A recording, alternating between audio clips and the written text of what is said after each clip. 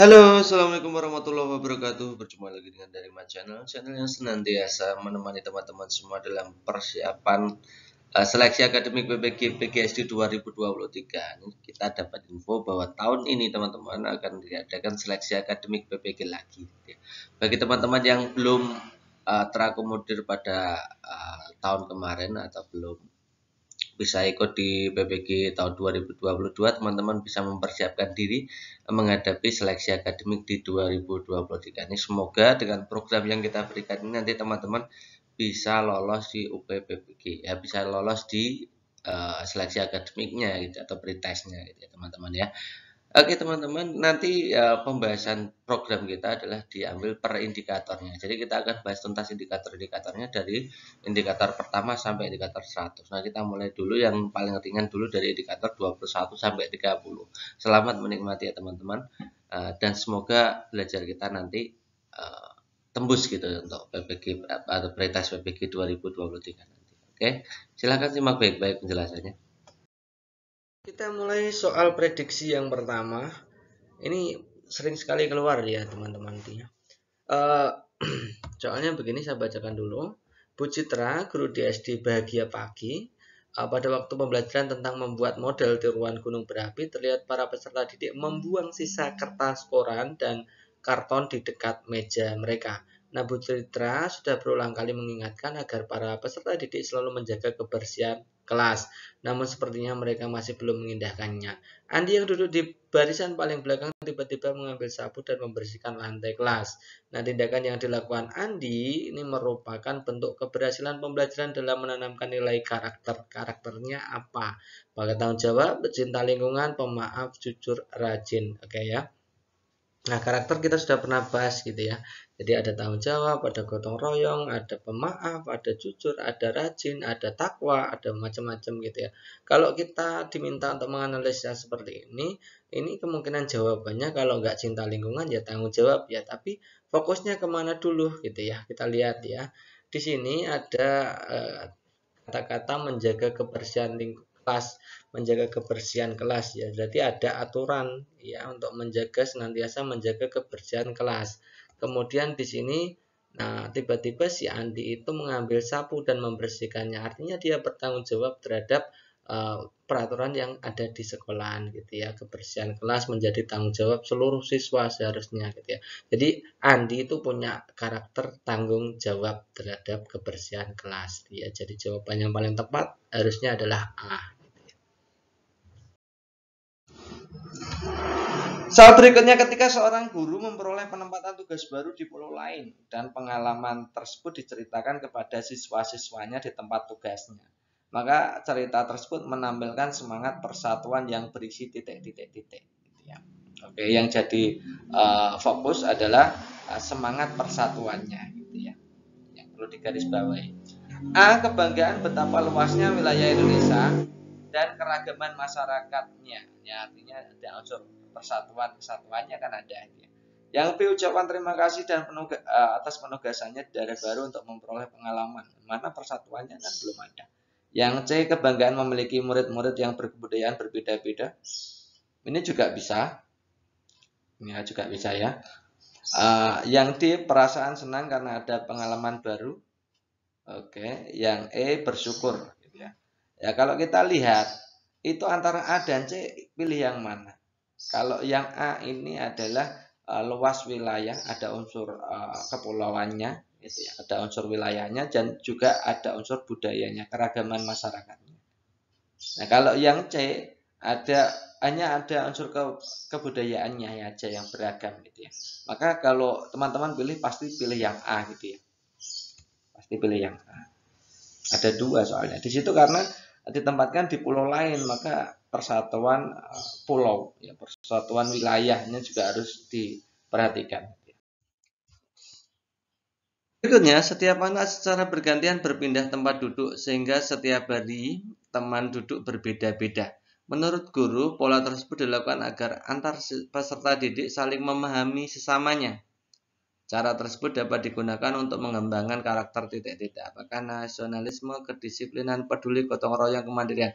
Nah ini teman-teman, ini di e-book teman-teman yang belum direvisi itu ada perubahan atau ada perubahan jawaban gitu ya teman-teman ya. Jadi teman-teman wajib menyimak videonya. Nah, kita akan pahami ini berdasarkan karakter ya, nilai-nilai karakter yang dikembangkan sesuai PP-nya. Di karakter itu ada 18, ini seperti ini. Religius, jujur, toleransi, disiplin, kerja keras nih teman-teman bisa cari sendiri, literasinya banyak sekali gitu ya. Dia ada 18 karakter yang akan kita ya yang ingin dikembangkan oleh pemerintah, yang dikeluarkan oleh pemerintah gitu ya. Nah, jadi kita akan bahas satu persatu dari opsi pilihan gandanya. Pertama, peduli sosial. Apa peduli sosial itu? Tindakan memberi bantuan pada orang lain atau masyarakat yang membutuhkan gitu ya. Kemudian kalau kemandirian itu sikap perilaku tidak mudah bergantung pada orang lain dalam menyelesaikan tugas. Semangat kebangsaan atau nasionalisme itu cara berpikir, bertindak, berwawasan, menempatkan kepentingan bangsa dan negara di atas kepentingan diri dan kelompoknya. Nanti teman-teman cari sendiri untuk penerapan atau aplikasinya dalam pembelajaran. Kemudian disiplin itu tindakan menunjukkan perilaku tertib, patuh pada aturan. Nah, kalau kita lihat ini ya, nah ini yang jadi kata kuncinya ini teman-teman. Setiap hari teman duduk berbeda-beda, ada perbedaan di situ.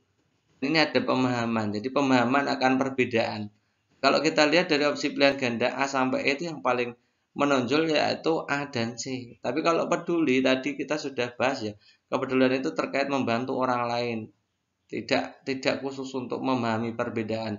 Jadi yang menekankan akan pemahaman perbedaan itu adalah nasionalisme. Maka jawaban yang paling tepat adalah A. Jadi teman-teman yang punya e-book silahkan direvisi jawabannya gitu ya. Kita mulai dari yang pertama, hasil penelitian di sekolah menunjukkan kebanyakan siswa mengabaikan tugas sekolah atau procrastination ya, procrastination. Bagaimana upaya guru mengatasi hal tersebut? Kita lihat opsi pilihan gandanya. A. Menyiapkan tempat konsultasi bagi siswa, mengeksplorasi kebiasaan non-akademik siswa, mengembangkan pelatihan kedisiplinan bagi siswa, mengkonsultasikan masalah siswa kepada orang tua, atau mengeksplorasi faktor-faktor yang memicu procrastination ya. Oke teman-teman, jadi teman-teman itu yang pertama kita harus paham dulu itu procrastination. Nah di situ ada kata-kata atau penjelasan singkatnya adalah mengabaikan tugas sekolah. Nah sebenarnya procrastination itu apa sih? Dan sebenarnya procrastination itu sebenarnya paling mudah, itu bahasa yang paling sederhana mudah dicerna adalah sering menunda-nunda pekerjaan. Jadi misalkan kalau ada siswa itu diberikan PR ya tidak segera dikerjakan, ditunda-tunda, akhirnya tidak dikerjakan sama sekali. Nah seperti itu teman-teman. Jadi faktor utama dari procrastination adalah rasa malas ya, ketidakdisiplinan, itu intinya seperti itu. Maka dari opsi pilihan ganda A sampai E ini terapi yang bisa digunakan untuk mengatasi procrastination ya meningkatkan kedisiplinan ya dengan cara mengadakan atau mengembangkan pelatihan kedisiplinan bagi siswa ini. Nah, kalau yang E mengeksplorasi faktor-faktor memicu procrastination itu tidak terlalu penting. Yang penting anak itu sembuh dari kemalasan atau procrastination itu. Jawaban yang paling tepat adalah opsi C. Guru diwajibkan mempunyai kemampuan memahami perasaan siswanya, bukan merasakan seperti yang dialami siswa. Jadi status dari guru itu adalah memahami perasaan siswanya, tidak ikut-ikutan terlibat di dalamnya gitu ya. Oke, kompetensi ini menjadi aspek utama dalam membangun kepedulian guru terhadap siswanya. Hal yang menjadi dasar konseptual pentingnya memahami perasaan siswa adalah apa? Kita lihat opsi A, guru dapat memberikan harapan realistis pada siswa. Ya tentu tidak ya. Yang B, guru dapat menjalin relasi yang harmonis dengan siswa. Ini bagus sekali jawaban B ini. Kita kasih centang dulu. Guru dapat mendorong keberminatan siswanya. Kita tidak menemukan di situ hubungan antara keberminatan siswa dengan perasaan siswa. Gitu ya. Jadi kurang match gitu ya. Guru dapat menjadi guru yang menyenangkan bagi siswa. Nah, menyenangkan di sini kurang match juga dengan memahami perasaan siswa. Jadi pemahaman perasaan siswa itu sangat berpengaruh terhadap hubungan atau harmonisasi hubungan relasi dengan siswa. Jadi paling tepat memang yang opsi B, teman-teman. Seorang guru kelas 4 akan mengajar subtema bangga pada budaya bangsaku, menulis kompetensi dapat bersyukur kepada Tuhan Yang Maha Esa dan seterusnya gitu ya. Kemudian kita langsung ke soalnya. Dia ingin menunjukkan berbagai keunikan dalam rangka kegiatan ritual adat berbagai daerah. Jadi fokus kita adalah yang kita ajarkan nanti adalah rangkaian kegiatan ritual adat berbagai daerah. Tidak hanya satu adat, tapi berbagai adat, berbagai daerah. Maka bahan ajar yang sesuai. Kalau kita lihat yang ritual perkawinan berbagai daerah melalui video, yes itu karena mencakup berbagai adat daerah ya. Kalau yang B kasus nyata terjadi di kelas, belum tentu ada ritualnya kan. Yang C masalah kontekstual di sekitar kita, belum tentu ada ritual adat di situ kan, tidak pas. Masalah kontekstual di sekitar kita sudah ya. Gambar tradisi ngaben nanti adatnya hanya satu di Bali berarti tidak cocok gitu ya. Foto pembuatan ukiran suku berarti itu hanya satu adat. Ini mintanya adalah ritual adat. Jadi jawaban yang paling tepat adalah opsi A. Berikutnya, pada saat memeriksa hasil pengerjaan tugas siswa, guru mendapati adanya 2 tugas yang isinya sama. Nah, setelah diklarifikasi pada masing-masing siswa, ternyata 2 siswa tersebut mengambil dari sumber yang sama, yaitu sebuah laman di internet. Nah, menanggapi hal tersebut, guru sebaiknya titik-titik. Nah, ini teman-teman kalau menjawab seperti ini agaknya harus hati-hati ya. Karena di situ statusnya adalah tugas, ya, tugas di rumah itu maksudnya gitu ya. Atau tugas di sekolah. Nah, kemudian di situ ternyata mengambil dari sumber yang sama. Ini disengaja apa tidak? Tidak disengaja. Kalau kita lihat dari soal kelihatannya tidak disengaja. Jadi dimungkinkan bahwa 2 atau 3 atau banyak orang itu menggunakan referensi yang sama ketika browsing gitu ya. Browsing di internet ternyata sama. Halaman samanya kan dimungkinkan setiap siswa itu pasti ada jawaban yang sama, maka itu bukan menjadi suatu masalah ya. Bukan menjadi suatu masalah. Kita lihat yang opsi A, meminta kepada kedua siswa untuk menggunakan buku yang variatif sebagai sumbernya. Ini juga tidak, karena tugas ini kan dilaksanakan siswa kan yang apa itu namanya, mencari, mengeksplorasi jawabannya. Jadi tidak harus ya, sumber belajar kan dari mana-mana gitu ya. Jadi terserah siswanya lah. Yang kedua, melarang penggunaan tulisan atau artikel pada laman internet. Nah, ini jelas tidak ya. Pada laman internet itu termasuk bagian dari sumber informasi, jadi tidak boleh dilarang. Gitu. Kemudian meminta masing-masing siswa untuk menulis kembali tugasnya dengan bahasanya sendiri. Ini juga kelihatannya benar, tapi ini sebenarnya salah karena di situ status tugasnya tidak mengalami tidak melakukan suatu perbuatan yang tidak jujur. Masing-masing mengerjakan sendiri, tidak kebetulan itu alaman websitenya sama dan terjawab sama juga. Jadi bukan menjadi suatu masalah. Kalau menulisnya lagi ya beruntung bagi peserta didik yang kebetulan tidak misalkan mencari suatu laman internet dan tidak pas ya, tidak sama dengan yang lain itu kan tidak disuruh membuat atau menulis kembali kan gitu ya. Memberi nilai jelek kan jelas tidak ya, jelas tidak. Menerima pengerjaan tugas kedua siswa itu apa adanya. Nah, ini baru benar. Tidak dipersoalkan karena sumber informasi itu harus terbuka dengan sumber informasi gitu ya. Bisa dari mana saja dan dimungkinkan setiap siswa atau beberapa orang siswa itu mengambil dari sumber informasi yang sama gitu ya. Jadi jawaban yang tepat E. Nah, nanti nomor 1 ini seperti ini. Anak seorang tokoh dihormati di lingkungan sekitar sekolah melakukan pelanggaran terhadap tata tertib sekolah. Nah, tindakan yang tepat untuk yang dilakukan oleh guru adalah titik-titik gitu ya. Apakah A memberikan sanksi yang lebih ringan karena jasa orang tuanya terhadap sekolah? Jelas tidak gitu ya. Ini jelas tidak. Memberi sanksi yang lebih berat karena telah menurunkan martabat orang tuanya.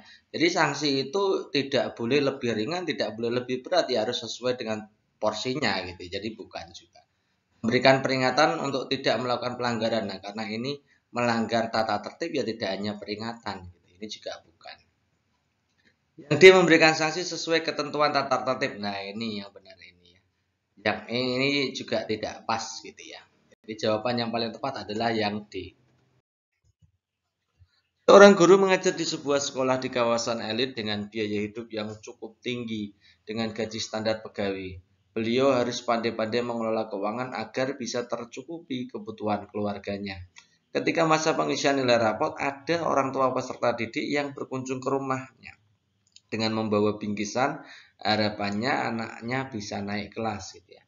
Sikap yang diambil berarti teman-teman diminta sikap teman-teman selaku kegiatan seperti ini atau selaku lingkungan seperti ini atau kondisi seperti inilah.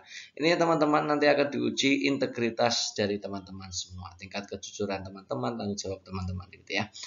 Oke, kita lihat dari opsi pilihan gandanya A, mengalihkan pembicaraan dengan tema yang lain, ini kurang memenuhi gitu ya.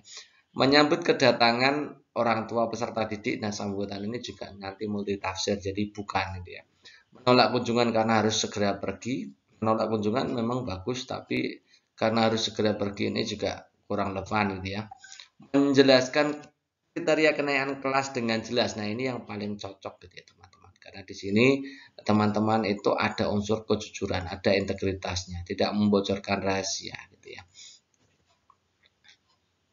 Memohon orang tua menyudahi permohonannya. Ini juga kurang pas ya, nanti dikhawatirkan akan miss gitu ya. Jadi ini bukan. Maka tindakan yang paling tepat ya opsi D. Next berikutnya, pada saat seorang guru masuk ke kelas, guru melihat suasana kelas tertata rapi, dinding kelas rapi dari jam tangan ataupun kaki. Beberapa gambar dan hasil pekerjaan siswa menempel di dinding bagian belakang kelas, membuat kelas nampak meriah dan menimbulkan rasa bangga. Berdasarkan situasi kelas tersebut, pernyataan guru yang tepat pada siswa di kelas adalah. Oke, kita langsung analisa saja bagaimana nanti sikap Anda atau apa yang Anda lakukan jika Anda itu melihat masuk dalam kelas kemudian melihat suasana kelas itu sudah bagus sekali gitu ya. Nah, apresiasi terbaik apa yang bisa Anda berikan untuk siswa di kelas itu gitu ya. Oke, kita lihat opsi A. Kelas kalian bersih dan menyediakan tempat apresiasi. Oke, bagus sekali ya. Jadi ada pujian di situ adalah kelas kalian bersih, kemudian juga menyediakan tempat apresiasi untuk siswa. Jadi kasih bintang atau apalah gitu. Jadi jawab A itu bagus. Yang B, kelas kalian sangat indah. Itu saja ya bagus juga. Kelas kalian patut menjadi contoh juga bagus. Kelas kalian kompak, ya bagus juga. Kelas kalian yang terbaik, ini juga sangat bagus gitu ya. Tapi dari sekian ini memang yang paling baik adalah opsi A. Ada pujian di situ dan ada apresiasinya gitu ya.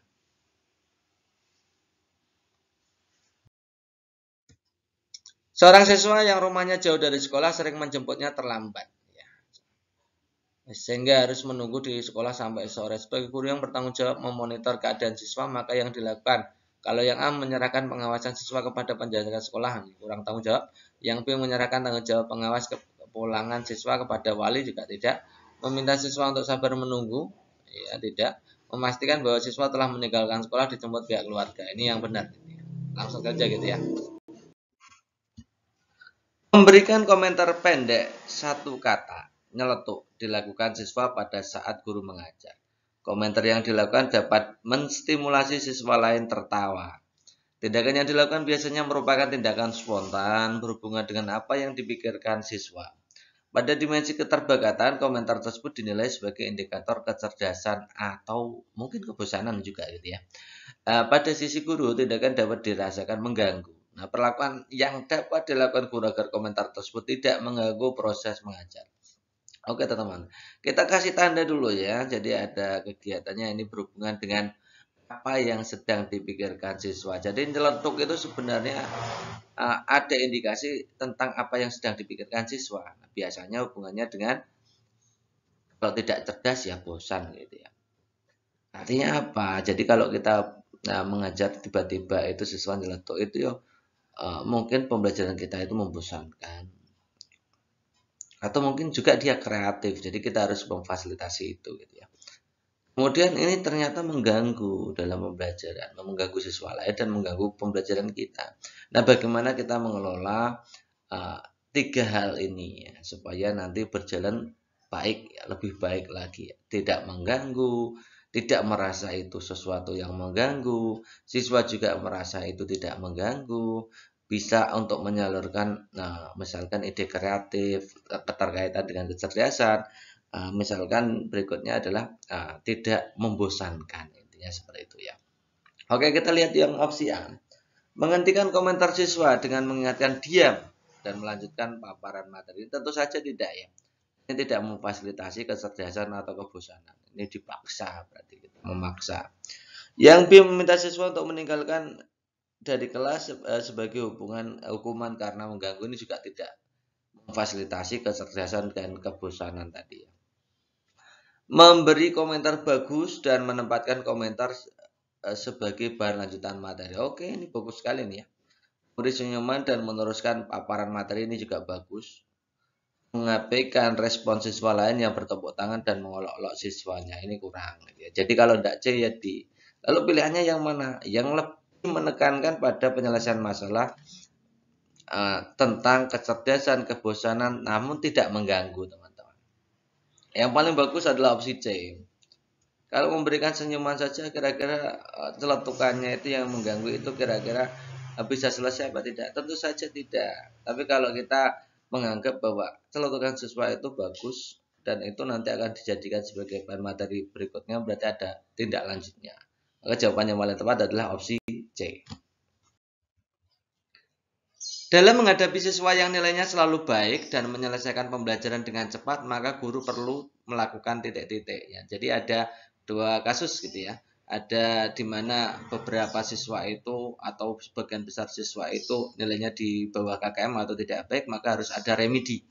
Nah kalau baik ya terlalu cepat, bagaimana? Maka solusinya adalah pengayaan. Jadi kita akan cari opsi pilihan ganda yang A sampai E ini, cari saja yang ada unsur pengayaannya.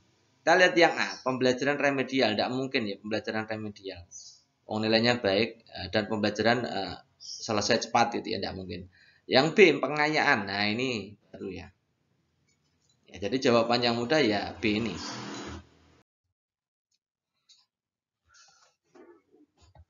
Dua orang siswa, sebut saja Andra dan Andri. Andra skornya 115, Andri 110 IQ-nya maksudnya. Nah, IQ tersebut berdasarkan skor diperoleh pada skala yang sama, alat ukurnya juga sama terstandar. Ini saya kira garis bawahi. Jadi skala yang dipakai itu sama dan terstandar. Artinya IQ-nya Andra itu lebih tinggi dari Andri. Nah, namun kenyataan berbeda gitu ya. Prestasi Andra itu ternyata malah di bawah. Sementara Andri malah di atas, malah ada ketimpangan. Harusnya itu kan posisi Andra itu prestasinya harusnya lebih atau minimal sama ya dengan Andri gitu ya. Tapi kenyataan berbeda. Apa yang dapat dilakukan guru untuk membantu Andra? Kita lihat opsinya. Jadi di sini berarti bukan masalah bawaan, tapi masalah belajarnya, intensitas belajarnya gitu ya. Kalau kita lihat yang ini mengusulkan Andra untuk mengulang kembali tes psikologi. Tidak mungkin tes psikologi itu mengalami kesalahan. Kemungkinan kecil gitu ya. Jadi tidak mungkin ini ya. Yang D menyarankan Andra mengikuti tes karena dianggap slow learner. Ini tidak mungkin juga.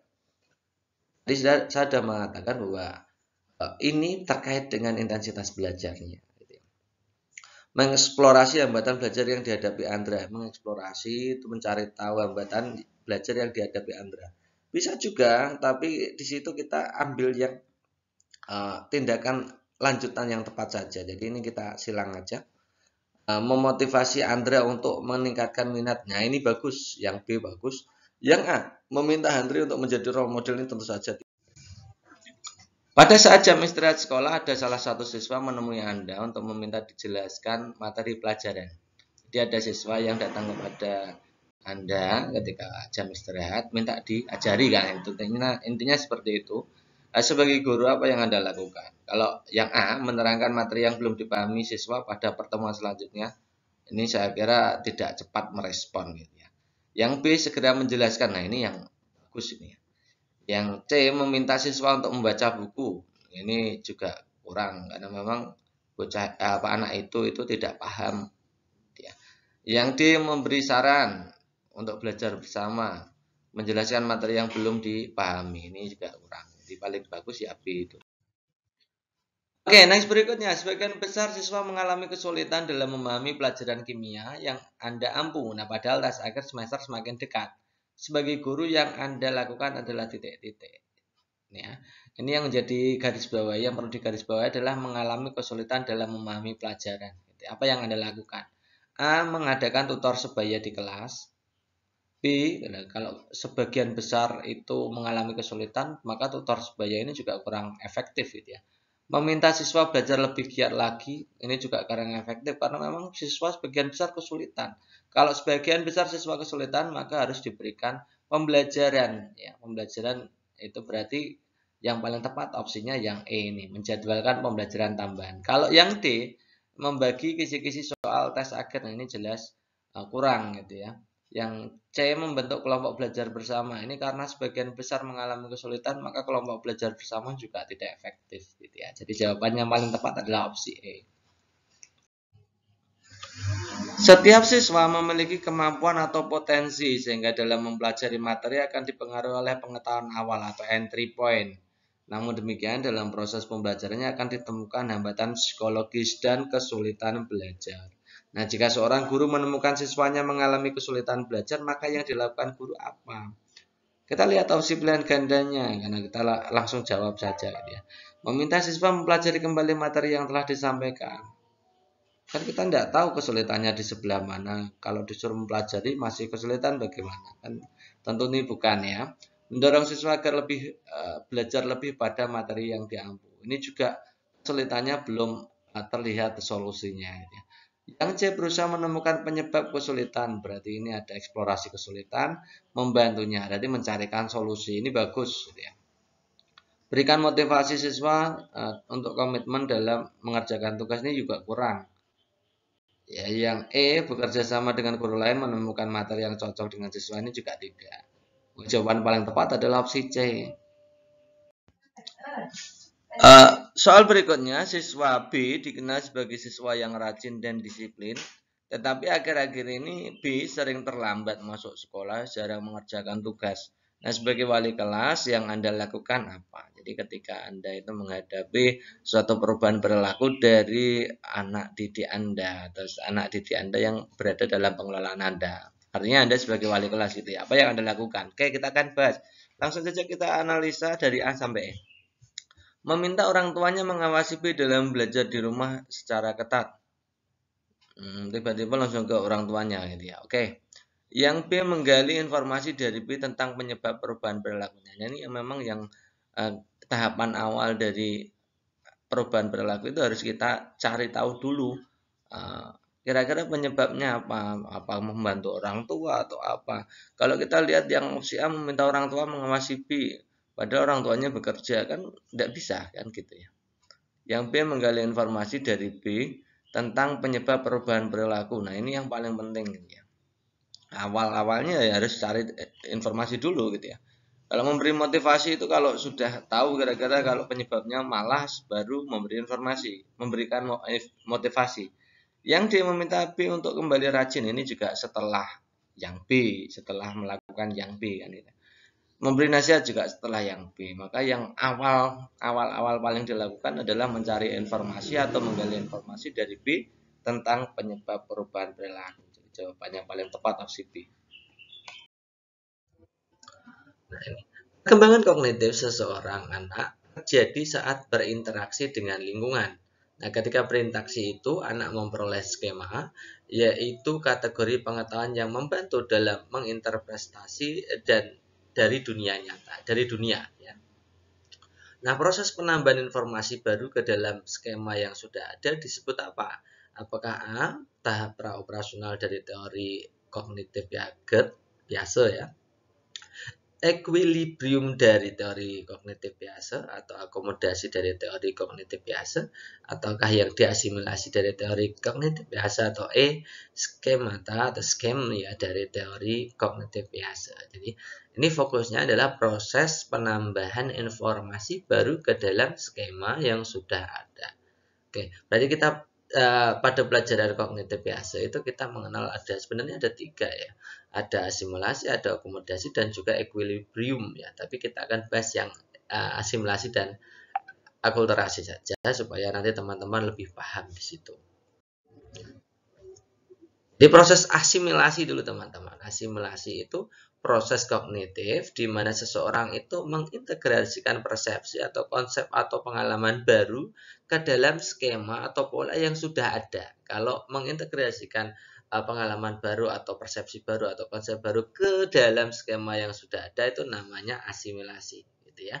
Sekarang bedanya apa dengan akulturasi? Kalau akulturasi itu menghadapi rangsangan atau pengalaman baru itu seseorang tidak dapat mengasimilasikan pengalaman yang baru dengan skema yang telah dipunyai, itu syaratnya ya. Jadi pengalaman baru itu bisa jadi sama sekali tidak cocok dengan skema yang telah ada. Dalam keadaan demikian, orang akan mengadakan akomodasi atau akulturasi atau akomodasi sama ya. Jadi akomodasi terjadi untuk membentuk skema baru yang cocok dengan rangsangan yang baru atau memodifikasi skema yang telah ada. Ya, sehingga cocok dengan rangsangan itu. Jadi ini bedanya asimilasi dan akomodasi. Nah, asimilasi tadi adalah pengintegrasian dari persepsi, konsep atau pengalaman baru ke dalam skema yang sudah ada. Kalau akomodasi tidak demikian, kebalikannya.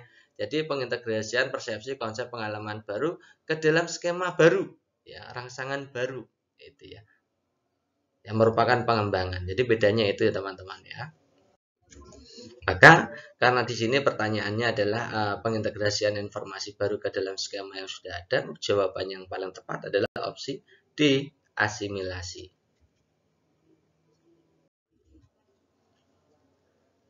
Tentang teori perkembangan kita tidak akan pernah lepas dari teori belajar keempat, baik behavioristik, kognitivistik, konstruktivistik, dan humanistik. Ini soalnya seperti ini teman-teman.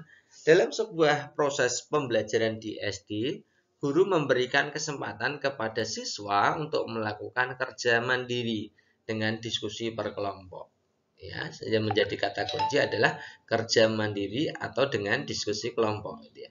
Berdasarkan teori perkembangan peserta didik, teori yang digunakan oleh guru tersebut adalah titik-titik. Apakah humanistik, behavioristik, kognitivistik, konstruktivistik, atau cybernetik, gitu ya. Oh iya teman-teman, untuk misalkan saya bilang behaviorisme itu berarti sama dengan behavioristik ya, jadi itu konsepnya sama.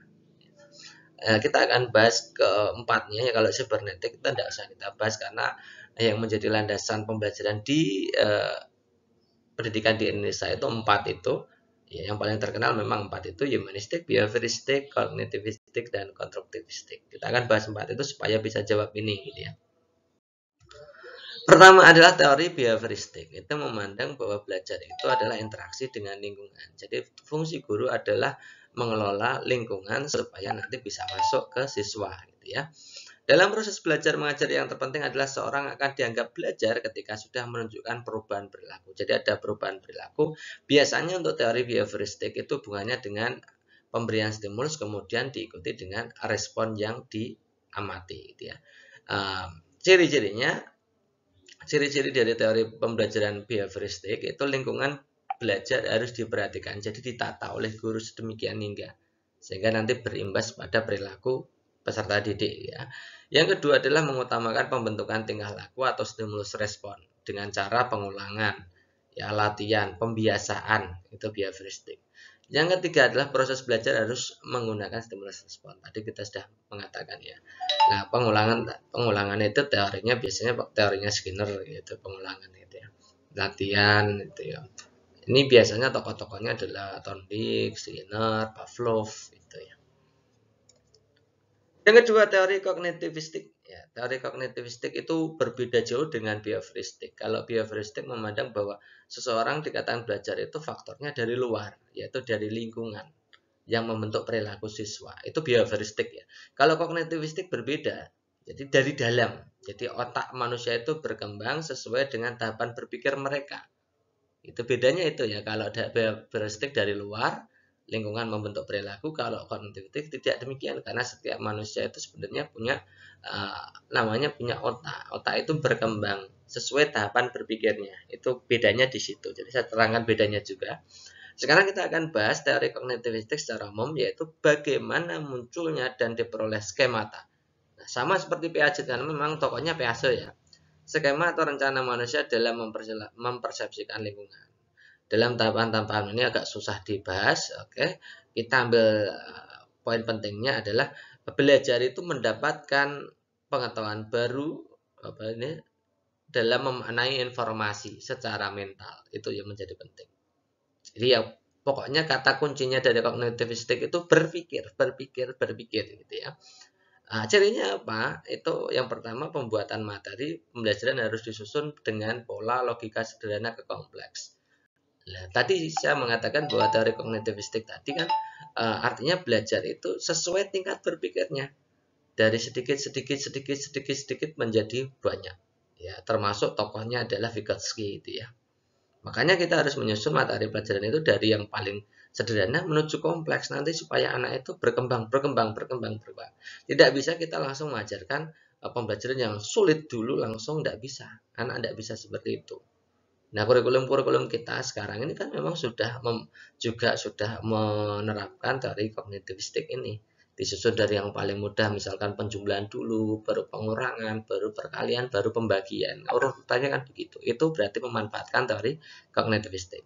Oke, yang berikutnya adalah siswa bukanlah orang dewasa yang sudah mengerti atau mudah berpikir. Artinya peran guru di situ banyak untuk memberikan fasilitasi kepada siswa supaya diarahkan supaya berpikir, memberikan bantuan, memberikan penjelasan dan lain-lain gitu ya. Kemudian proses belajar harus memiliki makna. Nah, pentingnya teori kognitivistik ini hubungannya dengan kontekstual. Jadi menyediakan pembelajaran kontekstual supaya pembelajaran itu lebih bermakna untuk siswa gitu ya. Itu akan penting sekali untuk membangun pengetahuan-pengetahuan itu. Yang ketiga adalah teori konstruktivistik ya. Teori konstruktivistik itu lahir sebenarnya adalah pengembangan dari teori kognitivistik. Artinya ini berhubungan dengan pola pikir. Bedanya apa? Kalau kognitivistik tadi hubungannya dengan yang penting materinya disusun, kemudian diberikan pembelajaran dari sedikit demi sedikit supaya berkembang. Kalau konstruktivistik agak lebih jauh gitu ya. Artinya proses belajar itu dilakukan oleh murid sendiri. Murid membangun pengetahuannya sendiri.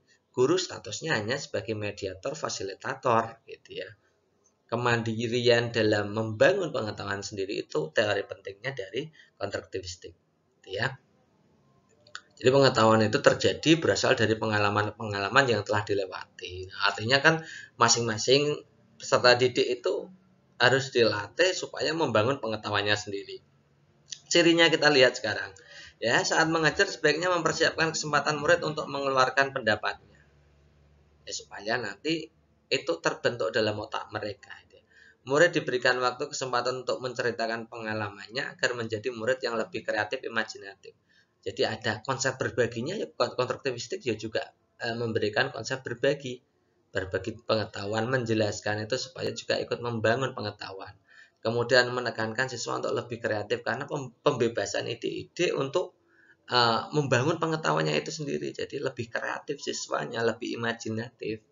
Kemudian murid atau siswa atau peserta didik diberikan kesempatan untuk membuat gagasan ide baru. Nah, tadi yang kita ceritakan. Last yang terakhir adalah teori humanistik. Ini biasanya teori humanistik itu kita kenalnya zaman sekarang ya teman-teman, itu dengan istilah merdeka belajar. Artinya siswa itu diberikan kesempatan untuk aktualisasi diri, ekspresi diri, mengekspresikan diri, membebaskan siswa untuk belajar apa yang mereka ingin belajar, apa yang mereka sukai. Peran guru adalah menjadi mediator, fasilitator, memfasilitasi apa yang mereka butuhkan. Itu namanya teori belajar humanistik, memanusiakan manusia.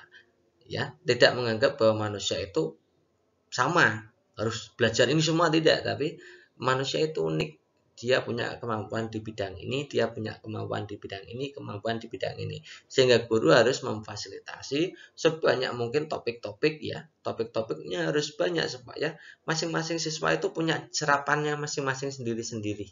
Itu intinya di humanistik di situ. Nanti kita akan jelaskan ada soal yang terkait 4 teori ini supaya teman-teman lebih paham. Kembali ke soal, jadi dalam sebuah proses pembelajaran di SD, guru memberikan kesempatan kepada siswa untuk melakukan kerja mandirinya. Kata kuncinya tadi ini kerja mandiri ya teman-teman ya. Berdasarkan teori perkembangan peserta didik yang digunakan adalah teori apa? Nah, kalau kerja mandiri hubungannya dengan kemandirian siswa untuk membangun pengetahuannya sendiri. Jadi, ini adalah teorinya jelas konstruktivistik. Gitu ya. Nah, dalam sebuah proses pembelajaran, seorang guru akan melaksanakan pembelajaran dengan menerapkan teori pembelajaran behavioristik ya. Ini kata kuncinya adalah behavioristik ya, atau behaviorisme. Salah satu langkah yang harus dilakukan adalah titik-titik. A. Mengidentifikasi topik-topik pelajaran yang memungkinkan akan melibatkan siswa untuk dapat belajar secara aktif. Tadi kita sudah belajar ya, identifikasi topik-topiknya menjadi banyak supaya masing-masing siswa bisa memilih sendiri yang disukai. Tadi kita sudah bahas itu, yang A. Yang B, menentukan topik-topik yang dapat dipelajari siswa secara induktif dari contoh-contoh ke generalisasi. Yang C, menjelaskan materi menjadi kategori dalam bentuk kecil seperti topik dan subtopik bahasa. Yang D, memberikan kesempatan kepada peserta didik untuk berbagi pengalaman terkait materi. Yang E, mengembangkan metode pembelajaran untuk merangsang kreativitas dan cara berpikir. Oke, kita akan bahas masing-masing implikasi dari penerapan teori belajar itu. Silakan simak. Nah, untuk menjawab soal tadi kita perlu belajar tentang bagaimana sih aplikasi dari teori-teori belajar yang sudah ada. Kita mulai dulu ya dari humanistik. Teori humanistik ini mengatakan begini, cara prakteknya ya, bukan teorinya, tapi prakteknya atau implikasinya atau penerapannya dalam pembelajaran. Pertama, mengidentifikasi topik-topik pelajaran yang mungkin akan melibatkan siswa untuk dapat belajar lebih aktif. Tadi kita sudah mengatakan ya tadi ya, bahwa pada pembelajaran humanistik itu setiap siswa itu, setiap peserta didik itu punya keunikan. Jadi kita sebagai guru harus mengidentifikasi banyak sekali topik ya. Nanti diajarkan secara luas gitu supaya masing-masing anak punya kesenangan sendiri terhadap topik mana yang disukai. Yang kedua, peserta didik diberi kebebasan untuk bergerak di ruang kelas. Jadi bebas menyampaikan pendapat, tidak dilarang berbicara, tidak ada pengelompokan atas dasar kecerdasan, ya bebas saja gitu ya. Kemudian guru menghargai kreativitas, mendorong prestasi, memberikan kebebasan belajar kepada peserta didik gitu ya. Ini salah satu penerapannya di Indonesia secara nasional adalah Merdeka Belajar itu mengadopsi dari belajar humanistik. Kemudian teori konstruktivistik ya, atau turunan dari teori belajar kognitivistik ya. Itu penerapannya begini. Yang pertama adalah penentuan topik-topik yang harus dipelajari siswa secara induktif.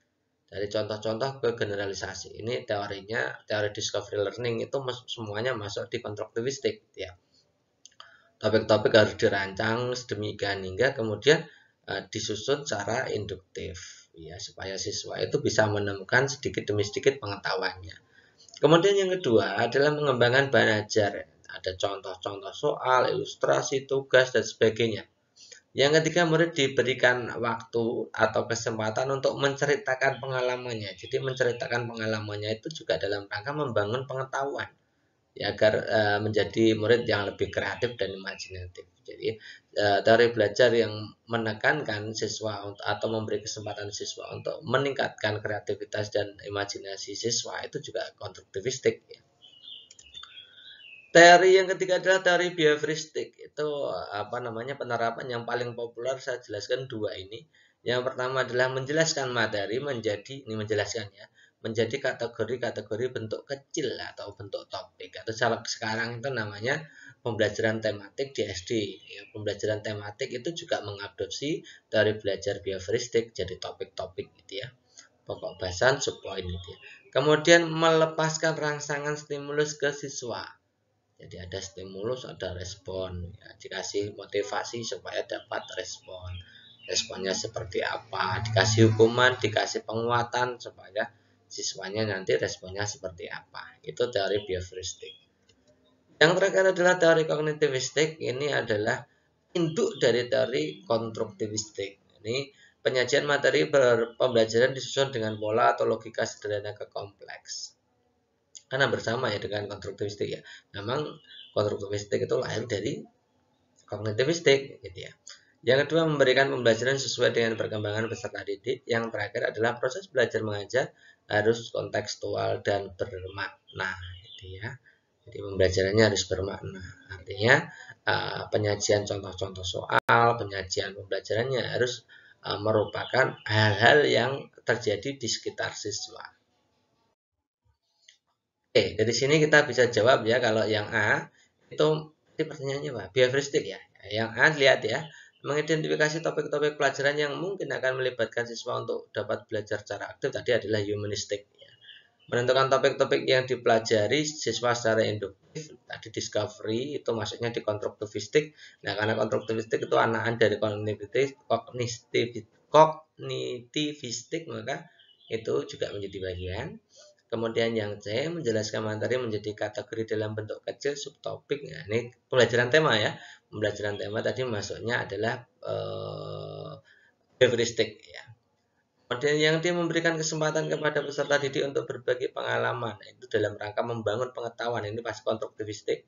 Kemudian yang E, mengembangkan metode pembelajaran yang merangsang kreativitas. Kalau yang merangsang kreativitas dan berpikir siswa tadi ada dua. Merangsang kreativitas itu konstruktivistik, memberikan kebebasan untuk anak kreatif itu adalah humanistik. Jadi saya tulis dua-duanya, konstruktivistik maupun humanistik. Kalau di situ ada dan cara berpikir siswa, jadi dua-duanya juga sama, tapi condongnya ke konstruktivistik sih, gitu ya. Jadi jawabannya tadi pertanyaannya adalah behavioristik, maka jawabannya tepat adalah opsi C.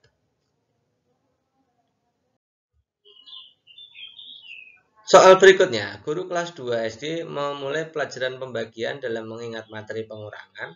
Ia mencoba memulai materi baru dengan menguatkan pemahaman materi sebelumnya. Nanti teman-teman, ini soal ini macam-macamnya banyak ya teman-teman ya. Teman-teman tinggal lihat atasnya saja, narasi soalnya saja sudah cukup untuk bisa menjawab. Di situ dilihat ya, memulai materi baru, menguatkan pemahaman materi sebelumnya. Jadi sebelum materi baru diberikan, materi lama harus diberikan lebih dahulu sebagai bahan persepsi atau mengingatkan materi lama. Gitu ya. Pemahaman materi sebelumnya harus dikuatkan dulu. Gitu ya. Itu kata kuncinya. Kita lihat sekarang yang A. Teori belajar dengan mengulang-ulang, ini jelas tidak ya. Bukan seperti ini. Yang B, belajar harus banyak praktik. Ini juga tidak ada hubungannya dengan praktik kan. Oke, lewat ya. Dari belajar Vygotsky yang menyatakan bahwa belajar hal baru harus dimulai dari yang dikenal siswa. Tadi pas ya teman-teman ya. Mengingat materi pengurangan. Itu dari yang dikenal siswa. Sebelumnya kenalnya ini, kemudian materi baru harus kenal itu. Nah, itu jadi jawabannya C. Dari belajar Harel itu bukan ya. Yang kelima itu harusnya bukan PR, itu lupa apa namanya, ketikanya, bukan ketikanya ya, tapi yang diingat-ingat oleh teman-teman itu saat tes UP itu lupa, jadi gitu ditulis saja PR gitu ya, bukan ya itu ya. Jadi jawabannya tepat adalah opsi C. Berikutnya, ini masih dalam teori. Menurut Brunner, apabila seseorang memahami objek-objek atau dunianya melalui gambar-gambar, visualisasi verbal atau kata lain, peserta didik belajar melalui bentuk perumpamaan atau perbandingan. Ini adalah tahapan dari titik-titik. Nah, ini juga termasuk kisi-kisi ya teman-teman ya. Kisi-kisi, ikonik, intuitif, enaktif, simbolik, atau konflik. Nah, kalau kita bicara tentang Brunner itu adanya ya enaktif, ikonik, dan simbolik. Yang lain mengecoh, jadi tidak kita bahas gitu ya. Bedanya apa antara enaktif, ikonik, dan simbolik? Kita akan lihat ini. Di urutannya ketika kita mempraktikkan atau menerapkan teori Brunner dalam pembelajaran, itu awalnya teman-teman harus mengajarkan siswa itu untuk memanipulasi benda-benda konkret. Misalkan kita akan belajar menghitung gitu ya. Menghitung. Itu berarti kita harus menyediakan dulu benda-benda konkret yang akan kita gunakan sebagai objek hitung, misalnya pulpen atau kambing atau apa. Itu artinya memanipulasi benda-benda konkret. Siswa belajar dari pengetahuan dan motorik gitu ya, gigitan, sentuhan, pegangan, dan lain-lain ya. Artinya benda-benda konkret itu dimanipulasi langsung gitu ya, dipegang, digigit, disentuh, dan lain-lain. Itu tahap inaktif, tahap interaksi dengan benda-benda konkret. Kemudian yang kedua itu kita tingkatkan lagi ke tahap ikonik. Jadi tadi setelah misalkan belajar menghitung tadi pakai benda-benda konkret seperti pulpen, kemudian batu atau dan lain-lain. Yang kedua kita sudah mulai menggantikan benda-benda itu dengan gambar. Misalnya gambar pulpen, gambar batu, gambar permen. Itu ya untuk menjelaskan operasi penjumlahan atau pengurangan gitu ya. Jadi tahap ikonik itu kita belajarnya tidak lagi ke benda konkret, tapi gambar-gambar benda konkret, gambar-gambar dari benda konkret atau visualisasi verbal, gitu ya. Jadi melalui perumpamaan dan perbandingan, gitu ya. Tadi pakai perumpamaan, misalkan pakai gambar-gambar tadi merupakan jenis perumpamaan. Yang ketiga adalah tahap simbolik. Nah, kita sudah mengenal tahap simbolik. Jadi setelah pertama tadi berinteraksi langsung dengan benda-benda konkret, kemudian yang kedua melalui benda konkret yang digambar, gambar benda konkret. Yang ketiga ini sudah tidak menggunakan itu, tapi sudah menggunakan simbol-simbol, makanya disebut tahap simbolik. Misalkan penjumlahan ya 5 tambah 2 langsung ditulis 5 tambah 2, karena tahap awalnya tadi sudah memanipulasi benda konkret, yang kedua sudah pakai gambar, yang ketiga sudah mulai menggunakan simbol, itu ya, sudah tidak ada gambarnya, sudah tidak ada benda konkretnya, itu ya. Ada 3 tahapan itu ya teman-teman ya. Nah, maka jawabannya di sini, karena di sini gambar-gambar dan visualisasi verbal, maka jawabannya yang paling tepat adalah ikonik, gitu ya. Ikon, kayak gambar. Mari belajar yang mengutamakan perubahan tingkah laku pada individu belajar dengan mengutamakan stimulus respon. Tadi kita sudah belajar ya. Stimulus respon tadi miliknya siapa? Nah, kita ingat lagi ya yang 4 tadi ya. Kalau kognitivistik apa? Belajar itu ada tahap berpikirnya. Ya, belajar sesuai tahap perkembangan berpikir. Sedikit dari otak manusia. Kemudian kalau behavioristik hubungannya dengan stimulus respon. Kalau humanistik itu aktualisasi diri, ekspresi diri, dan memanusiakan manusia atau merdeka belajar. Yang terakhir adalah konstruktivistik itu membangun pengetahuannya sendiri. Ya, masing-masing siswa harus membangun pengetahuannya sendiri. Jadi jawaban yang paling tepat ya behavioristik itu ya. Soalnya begini, salah satunya penilaian yang dilakukan pada akhir satuan waktu yang di dalamnya terdapat lebih dari satu pokok bahasan dan dimaksudkan untuk mengetahui jumlah mana peserta didik dapat berpindah dari satu unit ke unit lainnya disebut titik-titik. Apakah penilaian formatif, penilaian sumatif, diagnostik, autentik, atau kognitif? Jadi triknya begini teman-teman, kalau jawab seperti ini jangan dibaca semuanya soalnya gitu ya. Tapi kita lihat poin-poinnya. Di situ poinnya adalah penilaian yang dilakukan pada akhir satuan waktu. Ya misalkan akhir tahun, akhir jauh, akhir semester. Itu kan artinya begitu. Nah itu masuk di formatif, sumatif, apa diagnostik. Ya. Saya jelaskan dulu.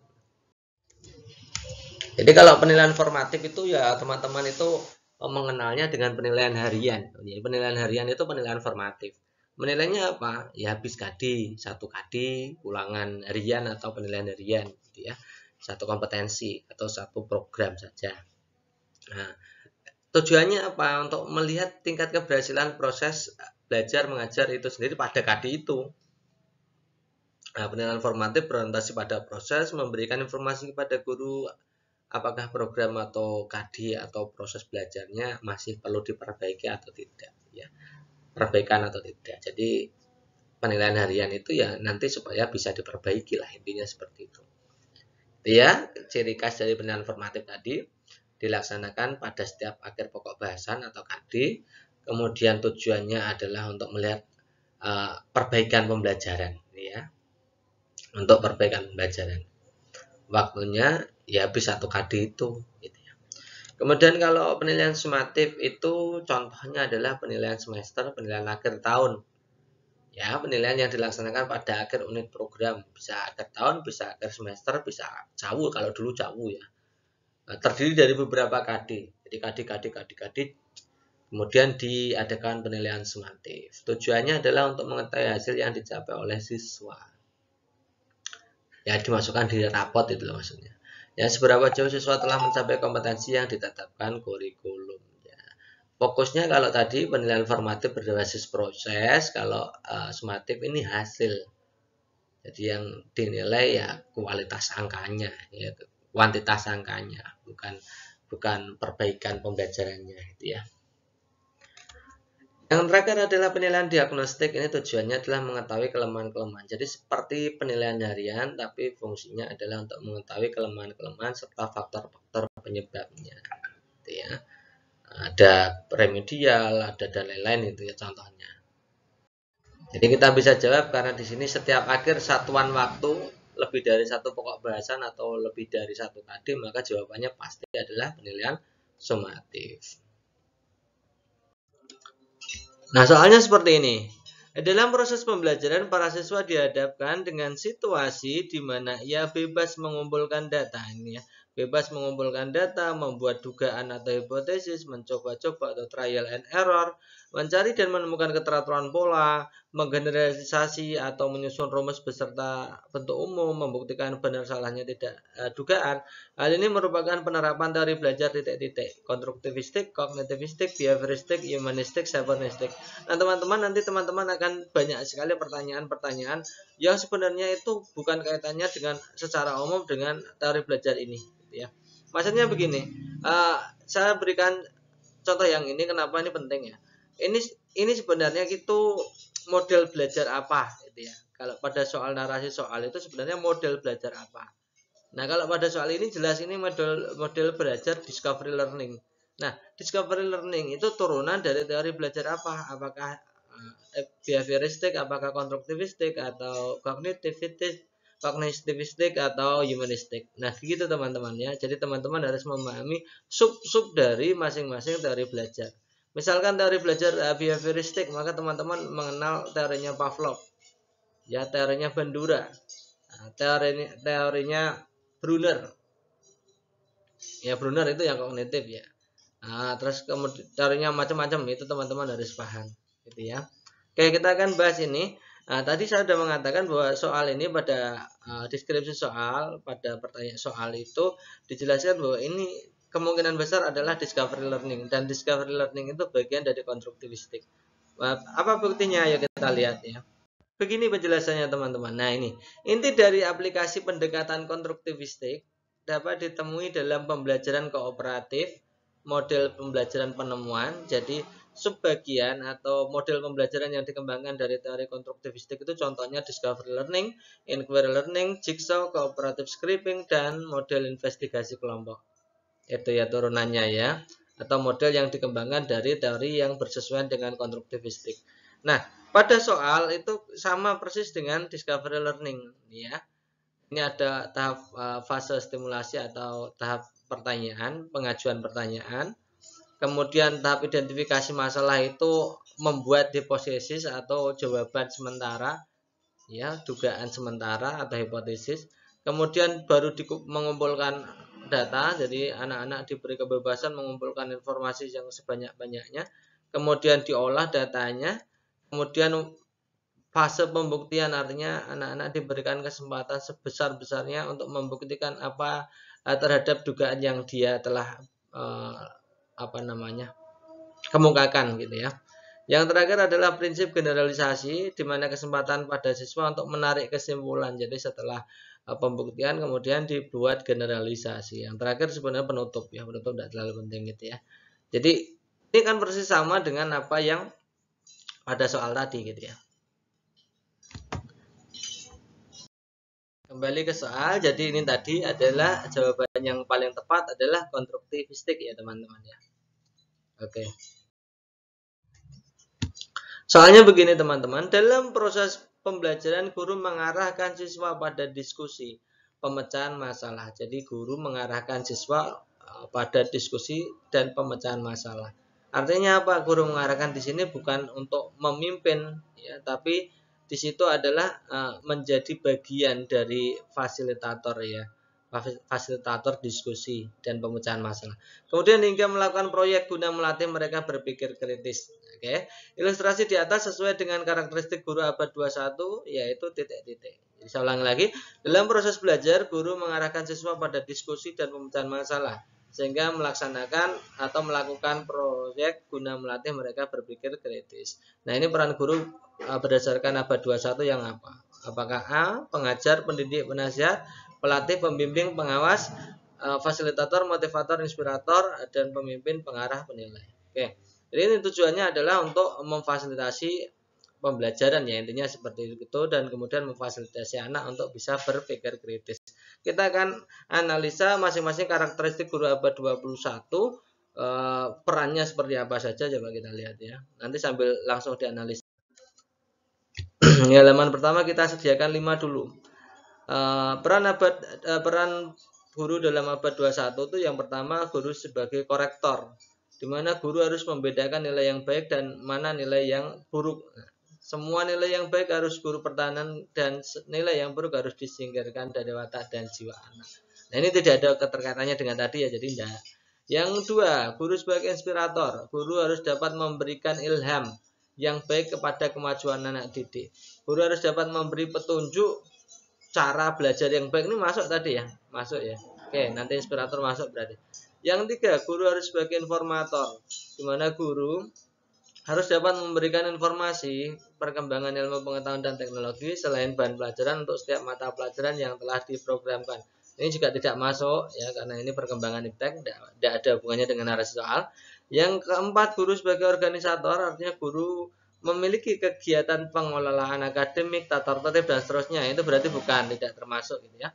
Yang kelima, guru sebagai motivator. Guru hendaknya dapat mendorong anak didik agar bergairah aktif belajar. Nah, aktif belajar ini tadi masuk ya. Jadi di 1 sampai 5 sudah dapat 2 kita, inspirator dan motivator. Kita lanjutkan untuk yang 6 sampai 13 karena peran guru di abad 21 itu ada 13 ayat, teman-teman. Guru harus bisa sebagai inisiator, artinya guru harus dapat menjadi pencetus ide-ide kemajuan dalam pendidikan pengajaran, bukan mengikuti terus tanpa mencetuskan ide-ide inovasi, bukan ya. Yang nomor 7, guru sebagai fasilitator. Guru hendaknya dapat menyediakan fasilitasi atau wadah yang memungkinkan kemudian kegiatan belajar. Ini masuk pasti ya. Nomor 8 ini masuk ya. Guru sebagai pembimbing, membimbing anak menjadi manusia dewasa susila. Ini tidak. Guru demonstrator, memperagakan apa yang diajarkan secara didaktis. Ya, ini kurang tidak, ini bukan. Pengelola kelas, agar peserta didik betah tinggal di kelas dengan motivasi yang tinggi.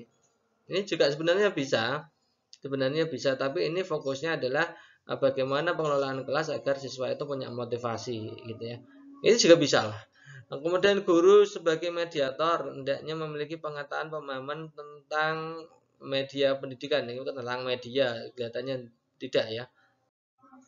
Jadi dari semua itu tadi kita sudah dapat 3 yang paling utama, yaitu fasilitator, motivator, dan inspirator. Jadi jawabannya yang paling tepat adalah opsi C. Nah, varian soal yang lain, untuk mengembangkan profesionalitasnya, guru abad 21 harus memiliki minat baca yang tinggi. Nah, berikut yang tidak menunjukkan minat baca yang tinggi pada guru adalah titik-titik yang tidak menunjukkan gitu ya. Yang A, banyak mencetak buku-buku digital. Nah, karena banyak mencetak buku, maka dia banyak berkarya, maka dia juga pasti literasinya banyak. Jadi ini masuk. Yang B, browsing di internet ketika mengalami masalah pembelajaran. Yes, itu pasti masuk ya. Browsing atau mencari informasi via surfing di internet. Oke. Kemudian banyak membeli buku sebagai tambahan koleksi. Nah, membeli buku yang banyak itu memang merupakan ciri sebenarnya ya, ciri dari para pembelajar ya. Kemudian yang D, menggunakan tambahan gaji sertifikasi untuk gaya hidup konsumtif. Ini tentu saja ini jawaban yang paling tidak mungkin ya, yang D ini ya. Ini mudah. Kemudian ada soal berikutnya. Soal berikutnya ini ya masih varian yang sama dengan tadi. Perhatikan kecakapan siswa abad 21 atau abad 21 berikut ya. Kecakapan interaksi antar budaya, berpikir kritis, pemecahan masalah dalam komunikasi, kecakapan kepemimpinan produktif dan akuntabel, literasi media baru dan literasi ICT, kecakapan inisiatif fleksibel dan inisiatif adaptif. Kecakapan yang tergolong kecakapan hidup dan life skill karir ya. Ini life skill karir. Jadi begini teman-teman, jadi kecakapan abad 21 untuk siswa itu dibagi menjadi 3 ya. Saya jelaskan ini supaya nanti teman-teman paham. Menurut Bernie Trilling dan Charles Fadel ya, dalam bukunya berjudul 21st Century Skill, itu Learning for Life in Our Times ya, mengidentifikasikan ada beberapa kecakapan yang harus dimiliki oleh generasi abad 21. Mencakup nilai, perilaku, seperti rasa keinginan tinggi, kepercayaan diri, dan seterusnya. Nah, keterampilan dan kecakapan abad 21 ini digolongkan ke dalam 3 kategori utama. Ya, digolongkan dalam 3 kategori. Kategori pertama itu belajar dan inovasi, keterampilan belajar dan berinovasi. Isinya apa saja? Berpikir kritis, memecahkan masalah, komunikatif, kreatif, kolaboratif, inovatif. Itu tentang belajar dan inovasi. Yang kedua adalah keterampilan atau keahlian literasi digital. Ini literasi digital itu literasi media baru, literasi teknologi informasi atau ICT. Yang ketiga adalah kecakapan hidup atau life skill karir. Kecakapan hidup dan karir berbeda dengan keahlian literasi digital. Ketika kecakapan hidup dan karir itu apa saja yang sebagai indikatornya adalah kemampuan inisiatif yang fleksibel, kemampuan inisiatif fleksibel, inisiatif adaptif, kecakapan diri secara sosial dalam interaksi antar budaya tetap masuk ya, kecakapan kepemimpinan produktif dan akuntabel, serta bertanggung jawab. Nanti saya jelaskan lebih detailnya masing-masing dari indikator ini. Tapi ini cukup ya. Tadi yang ditanyakan adalah kecakapan hidup dan karir, maka jawabannya ya harus kemampuan inisiatif fleksibel, inisiatif adaptif, kecakapan diri secara sosial dalam interaksi antar budaya, kepemimpinan produktif, serta tanggung jawab.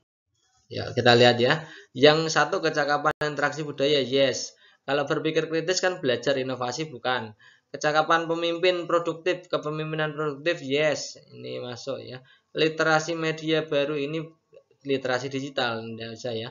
Kecakapan inisiatif fleksibel dan inisiatif adaptif 5 ini yes. Jadi jawaban yang tepat adalah 1, 3, 5. Berikutnya karakteristik siswa abad 21.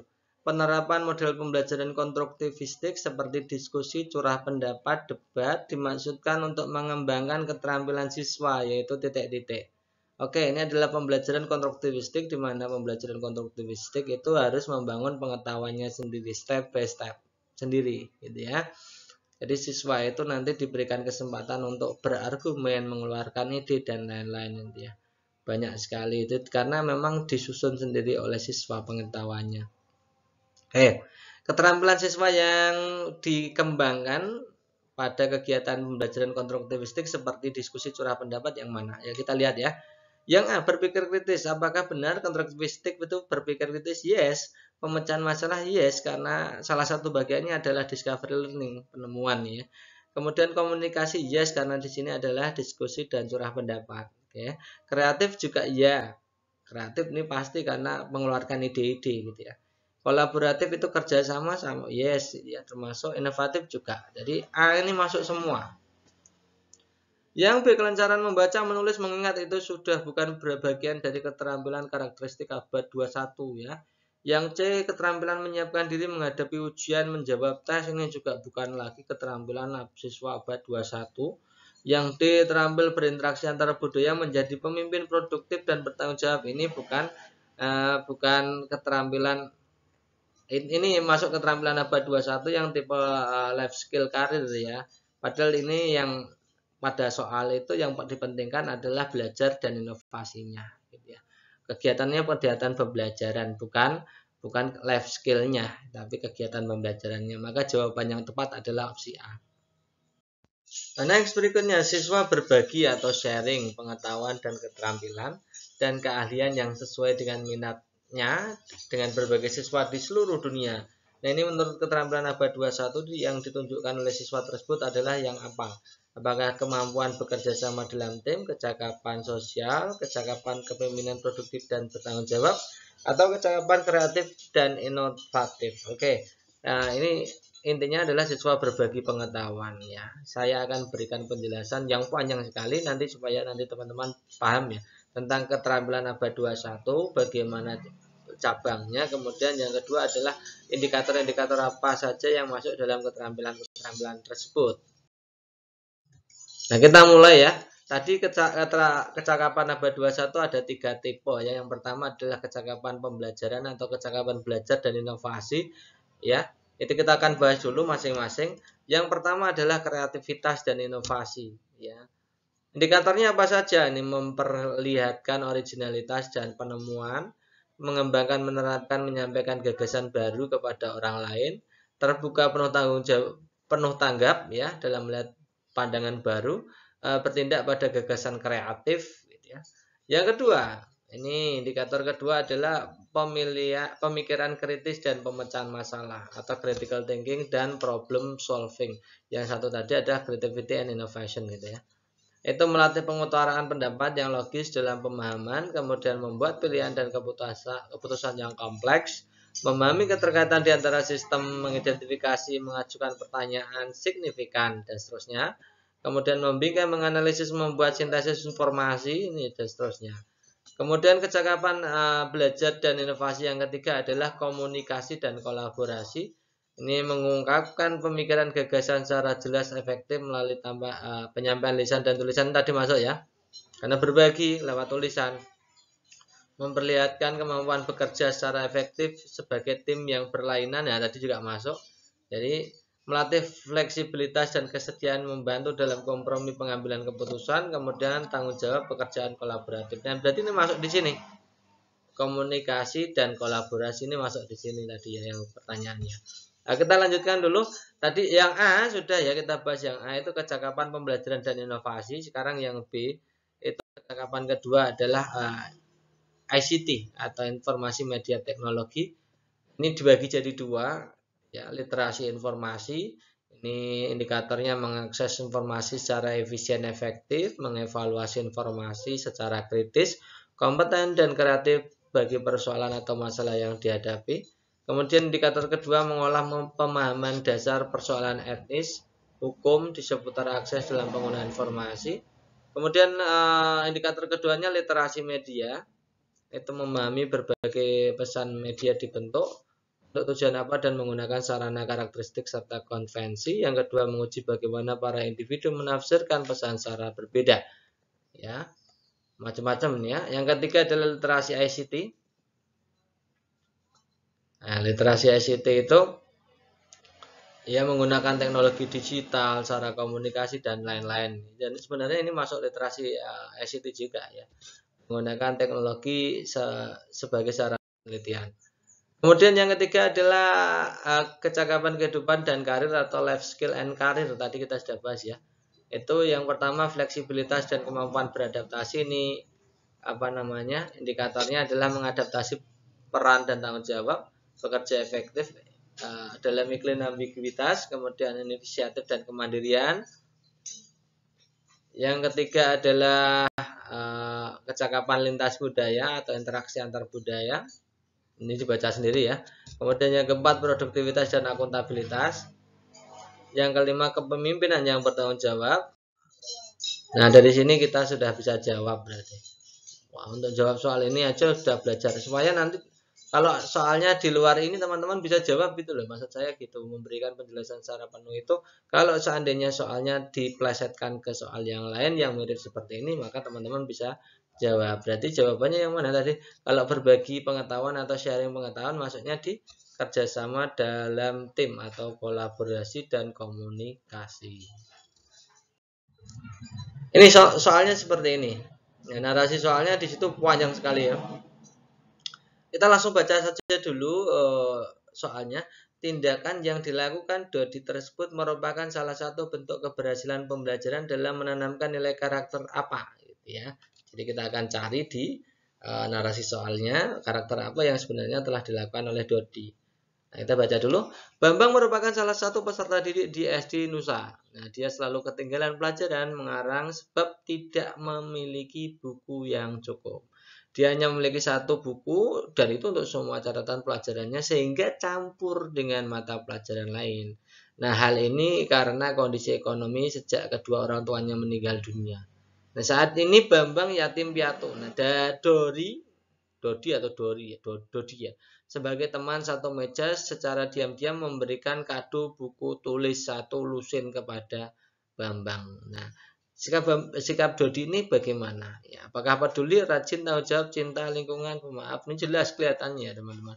Jadi si Dodi atau Cidori ini punya kepedulian yang tinggi terhadap temannya yang memang kesusahan gitu ya. Jadi jawaban yang tepat ya memang opsi A itu ya. Nih, guru hendaknya berperan sebagai motivator dan inovator dalam pembangunan pendidikan dengan memahami dunia sekitar dan lingkungannya. Nah, tugas ini merupakan kaitan kompetensi guru antara fungsi kompetensi dengan titik-titik. Apakah sosial guru dengan sifat kompetensi guru? Apakah sosial guru dengan ruang lingkup kompetensi guru? Kepribadian guru dan ruang lingkup kepribadian guru. Yang D, sosial guru dengan kepribadian guru. Ini yang berhubungan yang mana?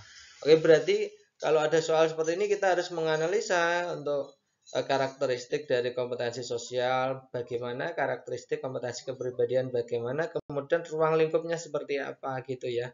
Dua-duanya harus paham ya. Oke, kita berikan penjelasannya sebagai berikut. Kita mulai dengan yang kepribadian dulu. Nah, nih. Jadi pertama kita jelaskan tentang sifat atau kompetensi kepribadian dari segi definisi atau pengertian. Kompetensi kepribadian adalah kompetensi yang berkaitan dengan perilaku pribadi guru itu sendiri, ya. Memiliki nilai luhur sehingga terpancar dalam perilaku sehari-hari. Misalkan jujur itu kan juga kepribadian, tanggung jawab itu kepribadian, gitu ya. Fungsi kompetensi kepribadian bagi guru adalah memberikan bimbingan jadi teladan atau suri teladan, dengan secara bersama-sama mengembangkan kreativitas dan membangkitkan motivasi belajar serta dorongan untuk maju kepada anak didik. Nah, tadi masuk ya. Ini jadi masuk nih.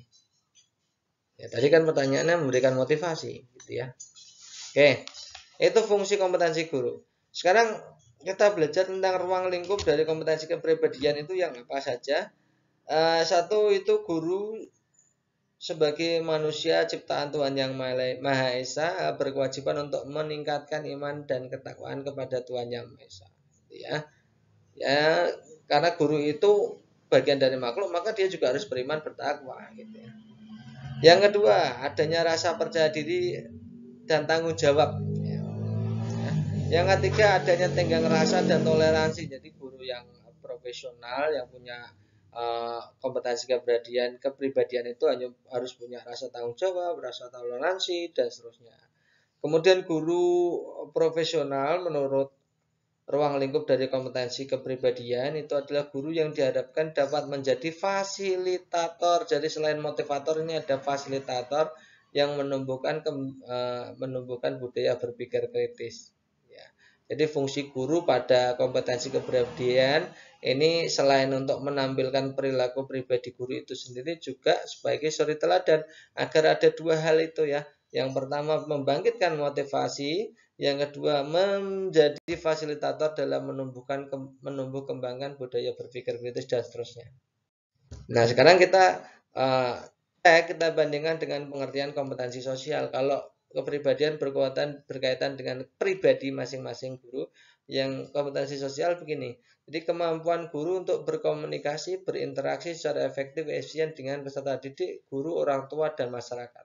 Ini berkaitan dengan interaksi berarti ya teman-teman, berkomunikasi dan berinteraksi itu sosial. Jadi ruang lingkup sosial itu apa saja? Ya terampil berkomunikasi terhadap peserta didik, terhadap orang tua dan semua pihak.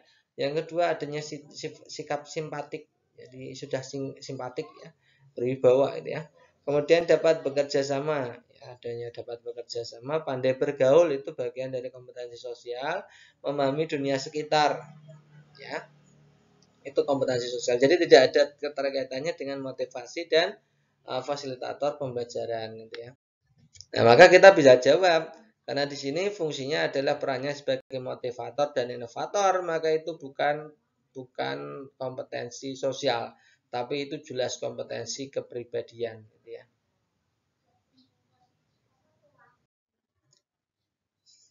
Next berikutnya, peningkatan profesional guru telah diatur dalam Undang-Undang Nomor 14 Tahun 2005 tentang guru dan dosen. Nah, bentuk peningkatan kemampuan profesional guru yang dimaksud adalah titik-titik. Peningkatan kemampuan profesional guru. Apakah A. Dalam pembelajaran guru harus menggunakan KBK. B. Proses pembelajaran tidak lagi bersifat teacher center. Yang C. Pendidikan guru minimal S1 atau D4. Yang D. Mengutamakan pengembangan profesi tiap-tiap pribadi. Oke, kita akan bahas. Jadi termasuk bentuk peningkatan kemampuan profesional guru pada Undang-Undang Nomor 14 Tahun 2005 adalah sebagai berikut. Jadi kita harus kaji UU-nya seperti apa gitu ya. Nah, ini berdasarkan pasal 13 Undang-Undang Nomor 14 Tahun 2005 tentang guru dan dosen, itu kita baca ya.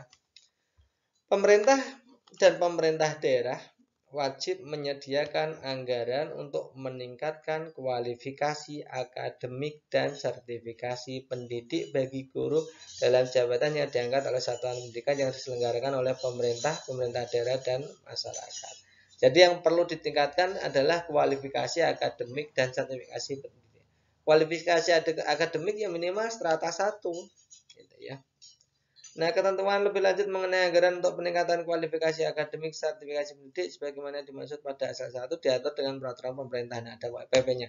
Jadi, yang dimaksud kualifikasi akademik di situ adalah guru minimal harus S1 dan linear dengan jenjangnya. Gitu ya. Tidak hanya S1 saja syarat untuk menjadi guru, tapi harus linear dengan mata pelajaran yang diampu. Nah, kita kaji lagi ke pasal 20. Dalam melaksanakan tugas keprofesional guru, guru punya kewajiban. Ini tentang kewajiban, yang tadi tentang bentuk peningkatan ya. Yang sekarang bentuk kewajiban, yaitu merencanakan pembelajaran, melaksanakan, menilai, mengevaluasi, itu kewajiban guru. Undang-Undang nomor 14 tahun 2005 ya, pasal 20. Meningkatkan mengembangkan kualifikasi akademik, ini masuk lagi ya. Mengembangkan kualifikasi akademik kompetensi secara berkelanjutan sejalan dengan perkembangan iptek. Bertindak objektif, tidak diskriminatif, kemudian menjunjung tinggi peraturan perundang-undangan, hukum, dan seterusnya, kemudian memelihara, memupuk persatuan dan kesatuan. Jadi sama. Yang ditingkatkan adalah kualifikasi akademiknya dulu. Jadi jawaban yang paling tepat ya pendidikan guru minimal S1, ini berhubungan dengan kualifikasi akademik. Undang-Undang Nomor 14 Tahun 2005, ini sama masih tadi ya, tentang guru dan dosen menjelaskan bahwa guru merupakan tenaga profesional pada jenjang pendidikan dasar, pendidikan menengah, dan pendidikan anak usia dini pada jalur pendidikan formal. Nah, pernyataan yang tepat tentang tenaga profesional dalam Undang-Undang 14 tahun 2005 adalah titik-titik. Lihat ABC-nya, hanya sebagai agen pendidikan melaksanakan pembelajaran sesuai syarat-syarat pedagogik dan fasilitator bagi peserta didik loh. Wah, apik kabeh. Bagus semua. Yang B, kegiatan yang dilakukan oleh seseorang yang memerlukan keahlian, kemahiran, kecakapan, memenuhi standar, mutu, norma tertentu serta memerlukan pendidikan profesi. Yang C, akan mempelajari pengembangan ilmu pengetahuan, teknologi, seni, peningkatan mutu pendidikan nasional, dan seterusnya. Pendidikan dengan tugas utama mengajar, mendidik, membimbing, mengarahkan, melatih, menilai, semuanya bagus pilihan gandanya. Terus teman-teman mau pilih yang mana? Ya, karena memang soalnya seperti ini. Soalnya hot sekali dan semuanya bagus. Gitu ya. Nah, untuk menjawab ini ya gunakan aturan saja sesuai yang ditanyakan. Di situ yang ditanyakan adalah profesional menurut UU nomor 14 2005. Jadi kita belajarnya ya tinggal kita keluarkan saja UU 14 2005, kita cari definisi dari profesional itu seperti apa. Ya, kita lihat ya. Jadi kita bisa jawab ya tadi ya, yang paling benar berarti yang opsi B. Kegiatan yang dilakukan oleh seseorang berdasarkan keahlian, kemahiran, kecakapan, standar mutu, norma, serta pendidikan profesi. Jadi jawaban yang tepat opsi B. Ini nanti teman-teman disajikan seperti ini teman-teman, narasi soal gini ya. Memberitakan Merdeka.com memberitakan seorang guru honorer berinisial FS disangka memukul siswanya. Yusron Hasan, 16 tahun, mengaku menggunakan kayu hingga meninggal dunia. Oh, memukul siswanya Yusron Hasan, 16 tahun, menggunakan kayu hingga meninggal dunia. Yusron duduk di kelas 9 SMA.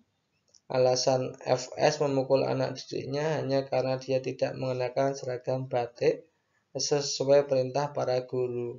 Yusron dipukul FS dengan menggunakan mister kayu hingga terjatuh. Nah, peristiwa itu terjadi saat apel pagi di halaman sekolah. Sanksi yang diberikan kepada guru atas perbuatannya melanggar kode etik guru adalah titik-titik. Di situ adalah kasus penganiayaan hingga menyebabkan kematian. Jadi itu tidak bisa hanya dikucilkan di lingkungan sekolah, tidak hanya bisa dibalas dengan memukul guru tersebut, Ya memukul kalau nggak mati gimana kalau mati ini kan ya. Jadi jawaban yang paling tepat memang itu urusannya terhadap kepolisian, yaitu tentang penganiayaan hingga menyebabkan pembunuhan. Dimanapun kasusnya itu harus dilaporkan ke polisi oleh keluarga korban. Jadi jawaban yang paling tepat adalah opsi E. Nah, teman-teman, bagi teman-teman yang menghendaki untuk belajar e-book ya, belajar dari e-book karena mungkin waktu yang tidak memungkinkan untuk mempelajari yang ada di YouTube ya, yang terlalu banyak gitu ya. Jadi teman-teman bisa membeli e-book untuk seleksi akademik PGSD. Nah, semuanya ini disarikan dari FR Pretest PBG di tahun 2022 yang jumlah soalnya banyak sekali gitu ya teman-teman ya. Ada sekitar 800 halaman gitu ya. Dan kami juga akan berikan bonus tryout-nya. Harganya hanya 50.000. Silakan teman-teman yang berminat menghubungi nomor yang ada di kontak ini gitu ya. Oke, mari kita saja mulai untuk pembelajaran kali ini. Oke, itu dulu teman-teman untuk pembahasan kita kali ini. Semoga untuk pembahasan kita kali ini bermanfaat untuk teman-teman semua. Terima kasih atas perhatiannya. Assalamualaikum warahmatullahi wabarakatuh.